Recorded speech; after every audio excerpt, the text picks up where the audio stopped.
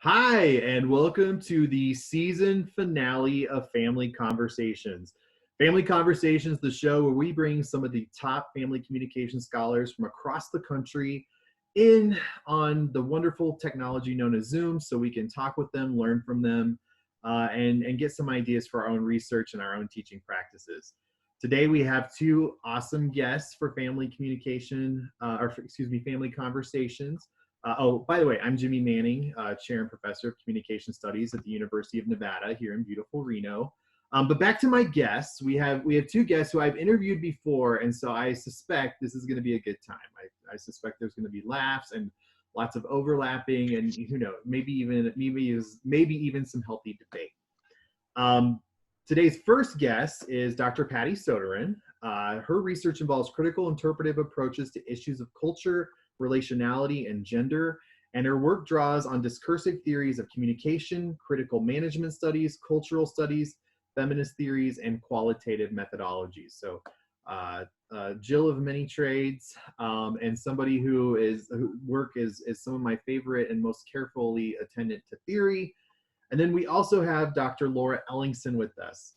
Dr. Ellingson's research focuses on gender and extended families, feminist and qualitative methodologies, and interdisciplinary collaboration and teamwork in healthcare organizations. She also publishes extensively in the field of qualitative methodology on topics such as ethnography, embodiment, and envisioning a continuum approach to social science methodologies. And then, of course, both of them have done wonderful work related to families, and so you might be familiar with their work on aunting that they have done together and that we'll talk a little bit about today. But first, the thing I like to ask every guest as we start is, how did you find family communication? What was it that brought you in, or that allowed you to stumble upon, or that made you want to be a family communication scholar and brought you to where you are today?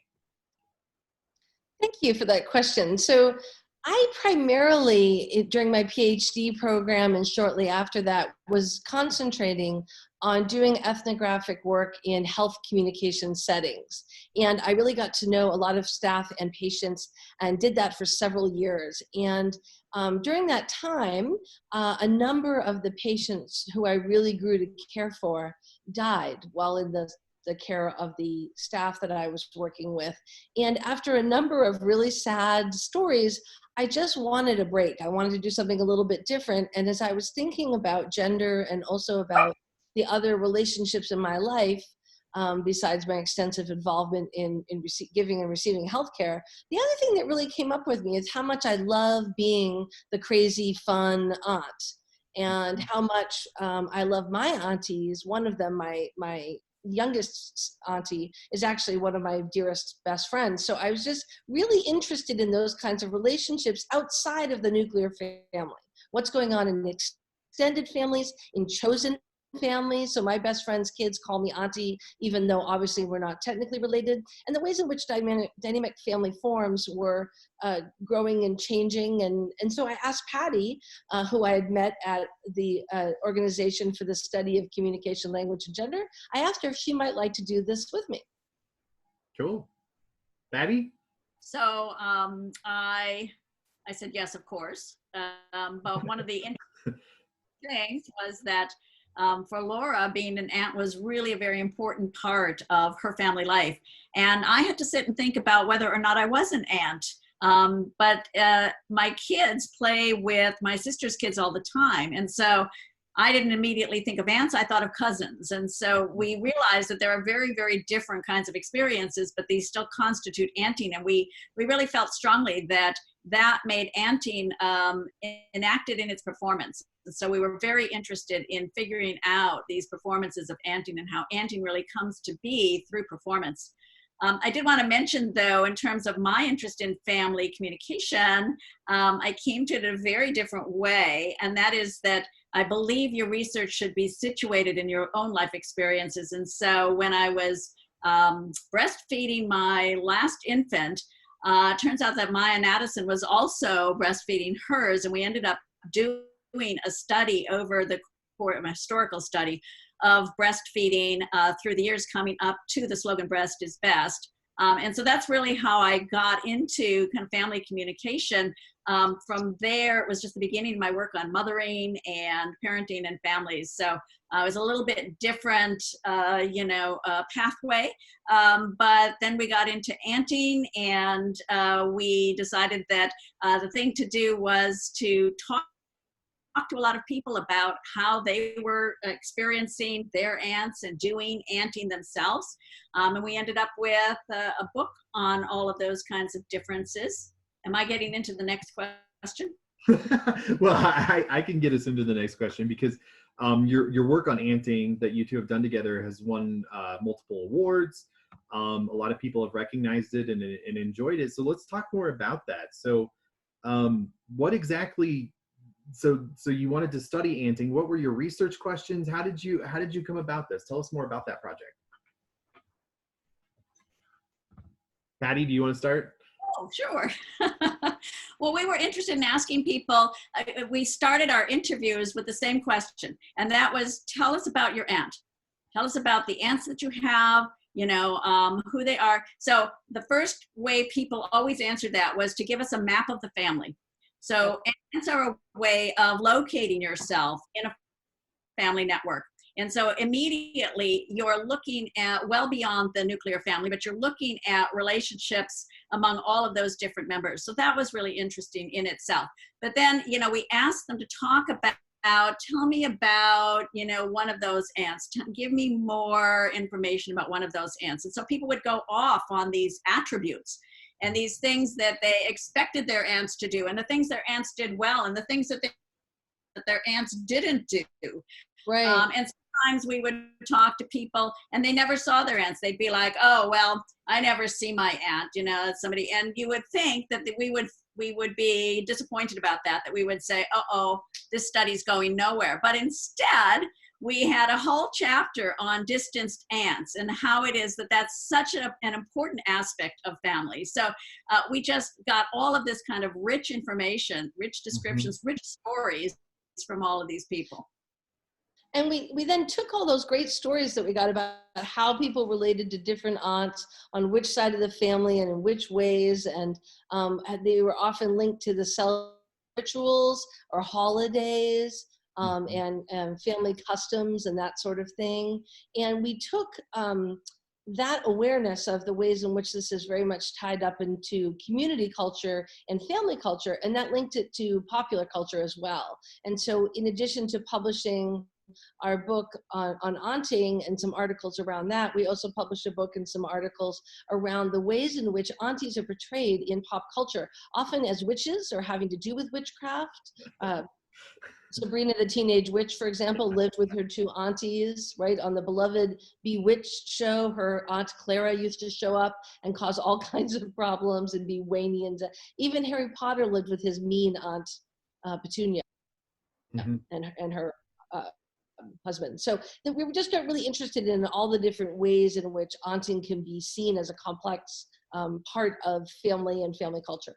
Pop culture really gave us a way of looking at how we articulate particular elements of our ideas about family and our histories of family, but also femininity and maternality. So it gave us a way of bringing all of those things together, both in terms of what our expectations are and how we perform in accord with those expectations, but also, interestingly enough, popular culture aunts are often the site of resistance. And so you think of like Auntie Mame or, Aunt B. I mean, I love Aunt B because it's always, that's the Andy Griffith show, and it's always everybody's example of the loving nuclear family. They're not married. She's an unmarried aunt. This is not a nuclear family, So, I mean, it really became very interesting for us to suss out some of the details of these popular culture aunts. And it just proved to be really useful to understand what kinds of roles an aunt can play in our cultural imagination. Yeah, the first thing that came to my mind was in the 80s, it was kind of a thing on sitcoms where the wild aunt would come to town. Yep. And the kids would love the wild aunt, but then they would realize, no, we need our conservative, family-oriented parents because the aunt's out of control. Right. We only need a visit from the auntie, and then we really need her to go back home or go back to wherever she comes from. Yeah, yeah, for sure. So another thing I love about your work, though, is that it kind of gets you to, like, I know it's not about uncles, but I started thinking, like, to some of my nieces and nephews, I'm like the cool, like, fun, like, we go do stuff. And then to others, I'm the weird one. Or to even others, it's like, oh, that's the one that's gay. Right. And so there's all these different roles that you kind of get. Yep. Did you find yourselves reflecting a lot as you were going through this research and kind of seeing yourselves and comparing and that kind of thing? Oh, absolutely. Like, as Patty mentioned earlier, aunting is so important to me, but most of my nieces and nephews are spread out. And so I don't get to see them as often. And when I do see them, I very much bring, caffeine and chocolate and anything that they want kind of mentality and gifts and fun. But the local two that I have, who are chosen family, I can't treat them like that, right? I'm part of the furniture of their everyday life and have to enforce their mother's rules, right? And have to insist that they get up and go, I'm here to take you to your appointment, right? You have to do that, or I'm going to pick you up after school because your mom can't. And so the ways in which I have very different styles of aunting, just given, depending upon which part of my family the niece and nephew come from. And then there's also a lot of really interesting cultural stuff. I live on the West Coast and have a lot of students who come from Hawaii and other Pacific Islands. And it is their tradition there to refer to anybody who's old enough to be their mom, who's part of their community, as auntie. And so I had a bunch of Hawaiian students interview each other. And I got some great data on the ways in which they understand aunting as being part of their community. Patty and I also wrote about how we think that that aunties are better models, particularly from a feminist perspective, for imagining relationships between doctoral supervisors and their mentees, or teachers and their students, because there's a lot more room for flexibility and accommodation within relationships with aunts and uncles, or non-binary people of that same kind of thing, right? Because they're not locked into what parents' expectations are. You can have more than one auntie and still love them both, or really relate to them in different ways. And there's no sense of disloyalty. And a lot of times this generational loyalty thing has gotten quite fraught when you're supposed to have somebody who's your mother or your father, right, or your parent. And the aunting opens up a lot more room for mentoring in flexible and responsive ways, and often much healthier ways. Yeah. So we really like that too. I mean, my own role in my family is aunts play a part in family narratives, and I'm the cautionary tale. So, it's sort of like, okay, well, let's look at Aunt Patty, and not do those things. And, if you go down that path, but, we found that people tell a lot of stories about their aunts, but it's really a way of making sense of these kinds of family expectations, family histories, family relationships, family possibilities. Yep. And I am one of that alternative of, wow, Laura didn't have children on purpose, right? And she's moved several times all the way away from where everybody else in the family lives in New England. But now Laura has moved to Illinois, Florida, and California. She's clearly not constricted by that. And her career took precedence over her husband's career for a while. So I wouldn't say cautionary, but I'm definitely an example of the tale of the possibilities that aunties can bring to families. When you think about mothers, there's all these intensive mothering models, and we all have these ideas about what mothering should be and what mothers should do and how you should feel about your mother. But when it comes to aunts, everybody has all these different kinds of experiences. There's so many models. And so when you think about that, both in terms of the family and what kinds of possibilities for the family, in terms of women and what kinds of possibilities for women, but also in terms of other kinds of relationships that get modeled on the family, like mentoring relationships. So for us, this goes on and on. We can just pursue this on and on. It's just got so many rich possibilities. Awesome. And the thing about this project is, like, you've written so much about it. Like you've put out multiple articles, multiple books, that kind of thing. And so maybe for graduate students, or heck, I'm a full professor and I think I can learn from you on this aspect. How did you think about dividing up your project, or how did that come about? Can you talk a little bit about process? Sure. So it was my brainchild originally, and after that it was very much co-parented by Patty. But I did come to her and say, hey, this is my idea. What do you think? Right? And it became so much bigger and so much more our idea over time. But what we'd imagined was originally that somehow, it seemed very logical to us, people would be interested in publishing an article where we connected people's individual experiences in families with popular culture, because we saw so much feminist resonance about the cautionary tale or the wild one who was fun but like candy, a little bit, and that's fine, too much not good, right? And the way in which the sort of childless overeducated aunt could be good but isn't really a good role model for most women, that kind of thing. And so we tried to think about what the pieces would be. When we didn't succeed in getting anybody interested in it as a whole, what we did was divide it into doing interviews with aunties and doing interviews with nieces and nephews, including some written narratives that people basically had students in their class write narratives about their aunts just from the prompt, tell me about your aunts. And they were fascinating and wonderful. And so we used that as data along with the interviews. And then where we started was related, but we've divided it. I was leading that interpersonally focused part, and then Patty, who has much more training in media and culture, was leading the part that was looking specifically at the more pop culture focused meanings that get tied up in, or how are we working out racial and gendered stuff right through aunting figures. Patty?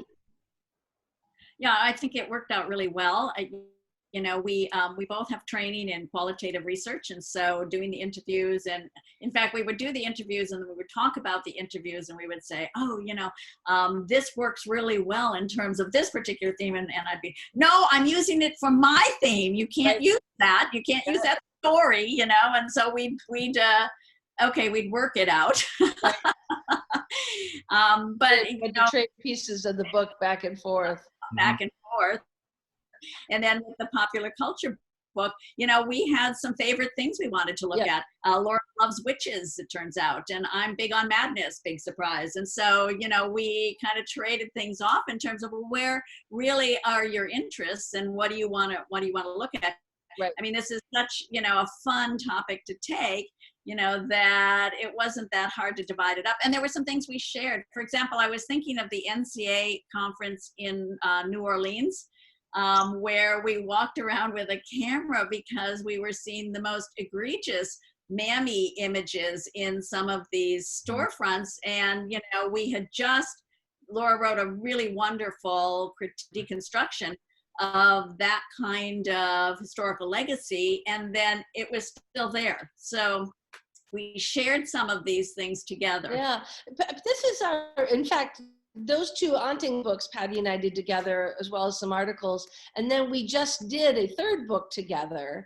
And I think in all three of those, the process has been very much about, okay, let's work together, now let's divide, and you do that part and I do this part. But then we have to come back together and start trading little bits and pieces and getting each other's feedback in order to be able to have both a collaborative project, but also a project that leaves enough room for us each to do our own thing, the thing that we're interested in, and having enough control over either a chapter or a part, of something in order to work out those ideas that we're interested in. We have a vague idea and outline, but we always end up going in unexpected directions when we work together. That's one of the joyful aspects of working with Patty. Yeah. And when you're working on family stuff, you're connecting with a lot of different people. A lot of times it feels as though it's really collaborative because they're telling you their stories and you're trying to understand their experiences, their family experiences, their cultural experiences. We end up engaging with a lot of things that, we learn from. And so we each reach out in different ways and we, bring in different things together. And so that's another way that we end up dividing things up. I mean, who are you talking to? And, what kinds of stories are you getting? And who's collaborating with you in terms of your thinking about these things? So we bring all of that together. So we both work on things, we separate things out, but I think a lot of our work is bringing these things together and assembling. And you two did a great interview with me a few years back where you talked about your collaboration. So I'll put that in the link. So anybody who wants to learn more about your collaborative process can read that and learn from it, because clearly you all are doing great collaboration. And to that point, I want to talk a little bit about a book that you two worked on that's not necessarily inherently not family at all, really, but could be. But you two have a new book, and in this book, you talk about how data come into being. Right. So what does that mean? So this book is about the idea that once we went through a lot of the critical turns in social science, so we surrendered the very positivist, objectivist, very, very science focused for a much more interpretive, social constructed approach to methods that also recognizes things like power, right? That we really analyze and represent our data is very different. And over time, and this happened absolutely during the family study, the Unting study, as well as my various healthcare related studies and Patty's other studies as well, is that we came to realize that the whole, even before you get to what you do with that data, you have to make data. And we never talk about making data. We talk about finding data, collecting data, right? And that what we propose in an article in Qualitative Inquiry is a model of what we call data engagement. And we say, look, you can use this for whatever kind of funky, more artsy or more social scientific research you want to do. But the point is to update this very dated idea that we're just out collecting data as though it were pebbles that we were picking up. Right? Instead, it's a much messier process than that. So we call this process data engagement.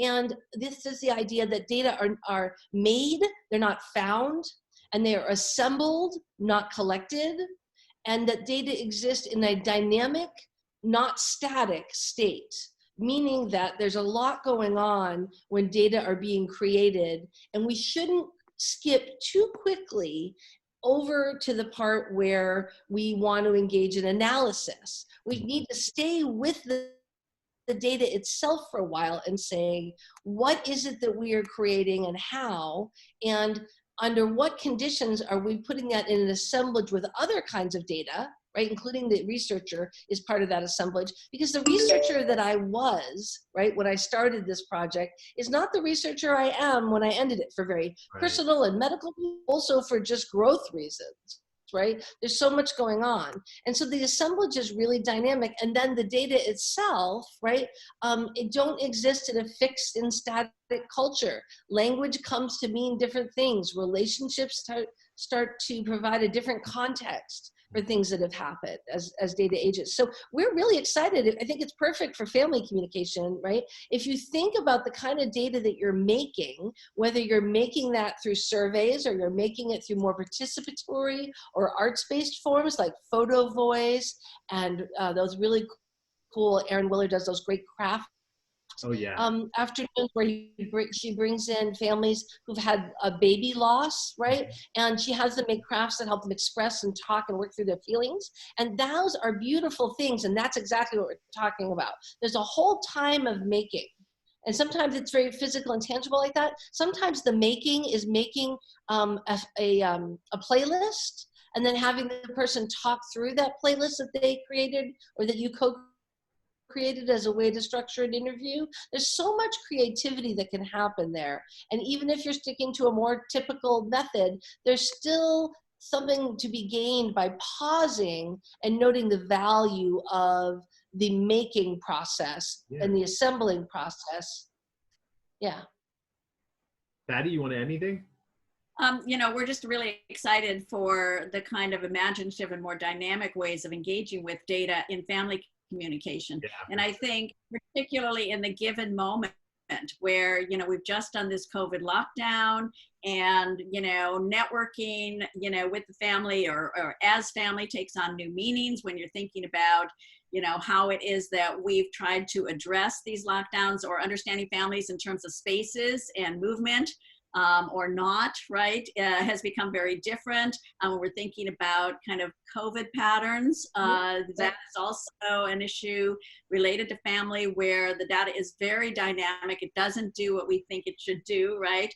And we're starting to map different kinds of family disparities when you're thinking about these COVID things. For example, across generations or in terms of race. So there's a lot of potential here, but we need to stay with that data. A lot of times, the data doesn't do or go where you think it would, and we're always learning from that. The data is more dynamic than that, and we like to think that data often question, and what are you doing? Why are you doing that? And we don't put that into our study. We don't engage with that in our studies. We think it all has to do with analysis, and it's just picking up a different framework that we could, put on the data to get a better understanding. We think that we should stay with the data a little bit more, and you shouldn't, there's this rush to theory right now that we're trying to say, no, there's a lot of ways in which that dynamic aspect of data, is important.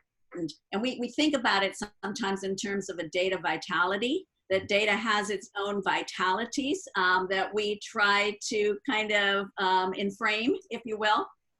But, thinking through those vitalities, and Maggie McClure has this idea about wondering, right? You engage with some data, and sometimes it just doesn't go away. You're taking a shower or you're getting some coffee, and suddenly that little bit of what you've just been working with comes back into your mind and presents itself to you in a different way. And there's this kind of wondering about it, and that's this vitality that we're talking about, that we often think, oh, I've got to find a theory to explain that. But really, maybe you need to stay with the wonder a little bit, right? And before you rush to find some way of explaining it, you need to stay with that. And we call it kind of a joy. It's a data joy, and it may also be the kind of, it doesn't have to be necessarily joy like, yay, it can be an awe or an awfulness, right? When we're talking about the current moment, there are a lot of awfulnesses going on, but there's an awesome to that again is part of this data vitality that we need to, kind of be with and become with before we look for theoretical explanations that, put a box on them. So we think there's a lot of potential in terms of data engagement in family communication. Definitely. And for intergenerational data production, right? That part of what this opens up is spaces of play and of connection. And so intergenerational activity that can be both perhaps a healing or bonding time for people, and a great way of providing to reconceptualize family communication in some important ways, including, we would argue, of course, extended family networks, chosen family networks, and the blurring of those boundaries with biologically and legally constituted family networks.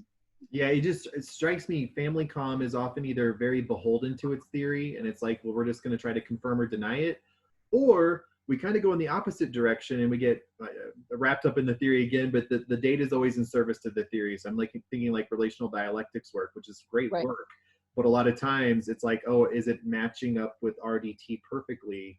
Right. Which, there is some importance to that too, but yeah. Of course, that's also very good. But we take it much more like, let's go off and do something, wilder with it. I mean, even descriptive studies often are in service to their methodologies, rather, to the methods that they're using. I'm using grounded theories, and they're supposed to be descriptive. You'd think that they would be, staying with the data, but they're not. Instead of theory, we're just, putting the method on top of this. So again, we would like to say, oh, wait a minute, you should stay with the data for a little bit. You should engage. Yeah. All right, so we are at the end of our time pretty much. So I have one final question that I like to ask everybody who comes on the show, and that is, what is something that we should read or consume related to family communication that you think could make us better family communication scholars or more well-rounded, or however you want to phrase it? It could be old, it could be new, it could be a book, article, movie, whatever, but what do you think we should be looking at as family communication scholars? Well, first, I just have to say that real foundational classic piece for me was Carol Stack's All Our Kin, right? That talks about the blending of extended family and chosen family, and neighborhoods, and how when we need each other, particularly in difficult circumstances, we form family, and how real those bonds are. And you'll be surprised, at my suggestion, but I love Black Sheep and Kissing Cousins, Elizabeth Stone's narrative approach to extended family. And it's just, it never grows old. It's always fun to read. I've not heard of this. This is the first one that has stumped me in terms of me not knowing it. Very good, because it's about how do we tell stories about family. It's delicious. Okay. We narrativize different kinds of relationships and give them names, like the Black Sheep. It's a classic book. It's older. It's a classic book, but we've loved it for a long time. Yeah, I'm familiar with Elizabeth Dorrance's Hall work on Black Sheep, and how that works. But so does this book look at the Black Sheep? Sometimes I feel like I'm the Black Sheep in my family. So part of this is self-interest. You really enjoy reading it. I think it's just a good read. Yeah, you don't go and become academics in my family. So. No, well, that's the thing, right? But in my family, I'm not the Black Sheep. No, I'm a cautionary tale in my family. Right. So yeah, I'm what's possible for women who misbehave. Yeah. We do want to mention a couple of other things. One of them is the outstanding special issue of the Journal of Family Communication that Elizabeth Suter and Sandra Faulkner edited in 2016, called Critical Approaches to Family Communication Research, Representation, Critique, and Praxis. It's just the opening essay is fabulous, really charts a lot of the necessary and related ground, and then each of the pieces in there is super insightful. Yeah, and Sandra Faulkner has a cool 10 piece in there that it's very artistic, and students love it. And my students love it. Now, they're often very upset for not being recouped appropriately into her heteronormative role, but they love talking about that piece. Yeah, and I asked Laura if it was okay to say this one, because it's one that we did. We call it the Crit Fem Fam article chapter, and it's in the Engaging Theories in Family Communication book. So it's our Critical Feminist Family Communication Theory, Gender, Power, and Praxis piece. We think we, made an effort to sort of talk about where we are in terms of what we call Crit Fem Fam. Yeah, I just recommended that piece to a friend who's looking at it more interpersonal, and I was like, here's maybe a link there. But yeah, you all lay that out really nicely, and I gotta give Patty props for leading that one. She distilled a lot of what we've been thinking about and talking about for a long time, and really said, well, this is what this has to say about the field as a whole of critical family comm, because it's still, even in 2020, fairly radical when you say, I don't want to look at the nuclear family, or I want to look at how porous the nuclear family is and how much it depends upon a whole bunch of aunties to keep everything else working, or to coordinate everybody getting together at the 4th of July at the lake, or to make sure that Hanukkah happens in the right way, right? Or caring for dying relatives. All of that stuff requires auntie labor. Mm-hmm. Yeah, for sure. And there's little slips in the cracks sometimes when people present. So they'll say chosen family and then real family, or so I mean, and of course there's no ill intent there, but no, we've got some direct. It does tell you. Right. Yeah, right. What we're conditioned to accept as real and not real, and we fetishize in the biologically determined in this country, and there's good things about that, right? It means people will often claim people who have a distant relationship with them to be supportive, but there's which when people are not have the resources, whether emotional or cognitive or financial, right, to be suddenly thrust to a group of biologically determined people, especially with all the sperm donor stuff now, where they put the kids in relation with each other who had the same sperm donor, even though they're not raised in the same family. So there's kind of interesting kinds of I had a student who just asked me if there was any research on that, and I said I don't know, but she's very little seeking out her siblings. She's seeking out her siblings because she calls herself a donor daughter, and And so she's looking for her siblings. I was like, that's interesting. But isn't it fascinating that she considers them to be, and all the people do who do this, they consider them to be real family on the basis of genetics, but will still say real family as a contrast to chosen family, when many of us would vastly prefer and get much more nurturing from our chosen relationships that I do consider family. Patty is my sister and she's stuck. She'll never get rid of me. I mean, I think it's an exciting time. There's a lot going on that we can look at that has really disrupted our kind of hegemonic ideas about family. But at the same time, I think family communication is finally starting to move into other kinds of methodologies, engaging with other kinds of theoretical perspectives. It's really an exciting time to be in family communication. So you have both of these kinds of things going on and offering a lot of I'm on a swivel chair. Can you guys tell? You're making a really good point there, right? It's that the critical theory is coming together with the not so mainstream topic, right? And the not so mainstream methods. All of that together is a perfect storm of innovation and change for family comm, but without deserting the roots, right? There's still so much there that we have built on. We're grateful to be building on. We continue. I have a piece that whenever I happen to have any spare time when I at my job, which seems to not be often enough, but I'm writing a piece that still is part of this about a relational reciprocity that's very much a dynamic and flowing and shifting one between me and my youngest aunt, who was one of my biggest cheerleaders as I grew up and everything I did, but I've now become a big part of her support system because she lives with a traumatic brain injury.